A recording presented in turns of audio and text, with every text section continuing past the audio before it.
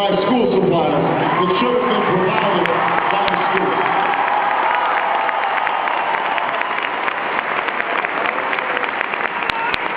All across this country, I mean children, black, brown, white, who are in crumbling schools, overcrowded schools. The prisons are new, but the schools are old and dilapidated. And I mean young people who have the grades and the desire, the passion for a college education, but just don't have the money. And if they borrow money, they've got $20, $30, $40, $50,000 worth of debt. They've got a mortgage before they even buy a house.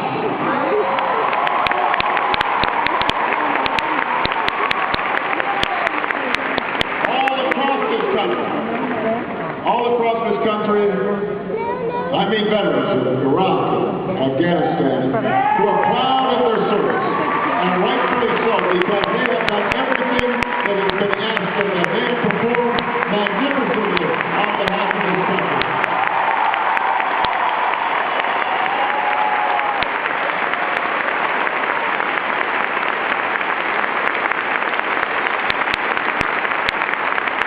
But those veterans, they're still thinking about their buddies who are still in Iraq. They wonder, they question the wisdom of a mission that has cost us so dearly of blood and treasure and has not made us more safe. I talked to homeless and disabled veterans, many from Vietnam, who wonder how it is that their service could have been forgotten. And sometimes at road lines, after rallies like this, I'll hold a mother in my arms as she weeps silently over the memory of a fallen son or the memory of a fallen daughter. All across America, I meet people, patriots, proud of their country, love their country, but they are ashamed of Guantanamo and ashamed of Abu Ghraib and ashamed of war in Afghanistan and ashamed of torture.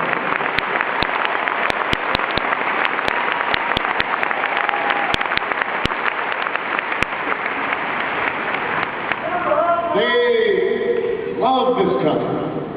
They want their cherished values and ideals restored. That's what I've heard from the American people.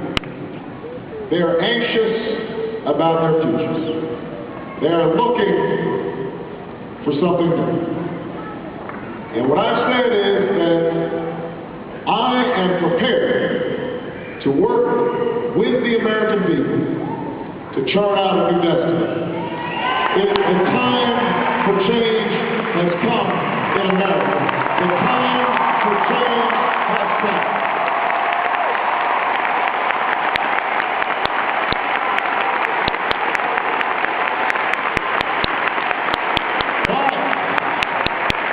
But what I've also told the American people is I can't do it by myself. You have to be ready for change. Committed. Remember I said, change doesn't happen from the top down, it happens from the bottom up. The American people have to be ready for change. But if you're ready for change, then we can go ahead and tell the lobbyists that their days of setting the agenda in Washington are over. They have not.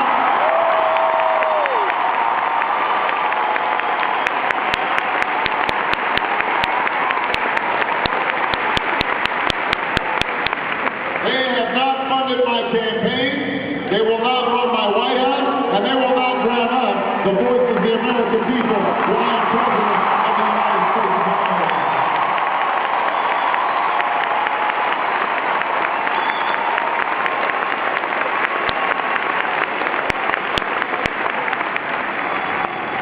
If you are ready for change, then we can stop talking about the outrage of 47 million people without health insurance and start doing something about it.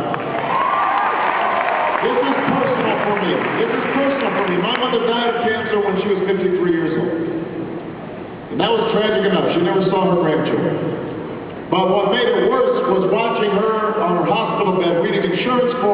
because she had just gotten a new job, and the insurance company was saying maybe there's a pre-existing condition and we don't have to pay for your medical care. I know what it's like to see a loved one suffer, not just because they're sick, but because of a broken healthcare system. It is wrong. And that is why I said I'm going to put forward a plan. I will put forward a plan that says everybody in America will have access to health care that is at least as good as the health care I have as a member of Congress.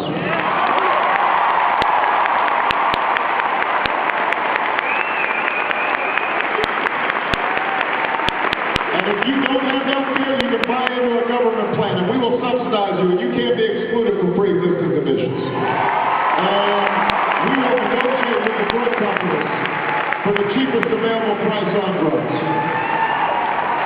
And we will emphasize prevention so that we don't have children going to the emergency room for treatable illnesses like asthma. And we'll save money and improve quality. And if you've already got health care, then we're going to work to lower your premiums by $2,500 a year.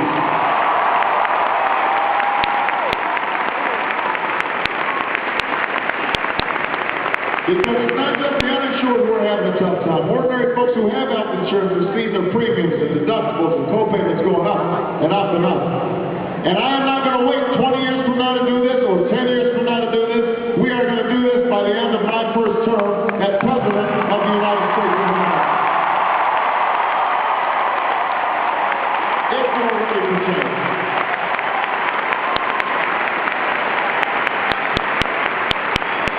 If you are ready for change, and we can make sure that every child has the best education that this country has offered, from the day they are born to the day they graduate from college. We know what to do.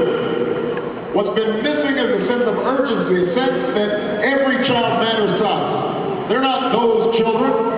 They're our children.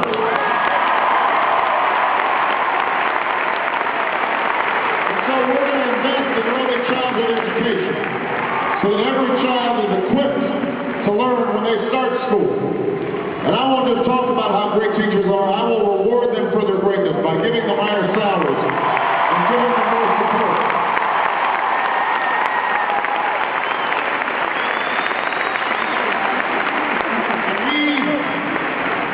And I will have the highest standards for our schools. I want all of our children to be able to compete. But that highest standard will not be measured just by a single high-stakes standardized test, because I don't want teachers teaching at the top. I want our children learning art and music and poetry and literature and science.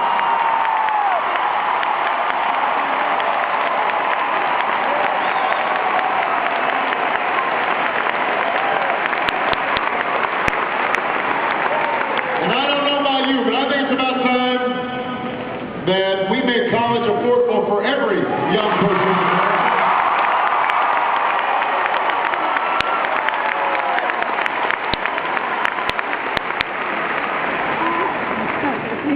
I've put forward a plan for every young person, every year, $4,000 tuition credit, so that they can afford to go to school, aren't loaded up with debt. Now, young people, you will have to provide something in return. You're going to have to engage in community service.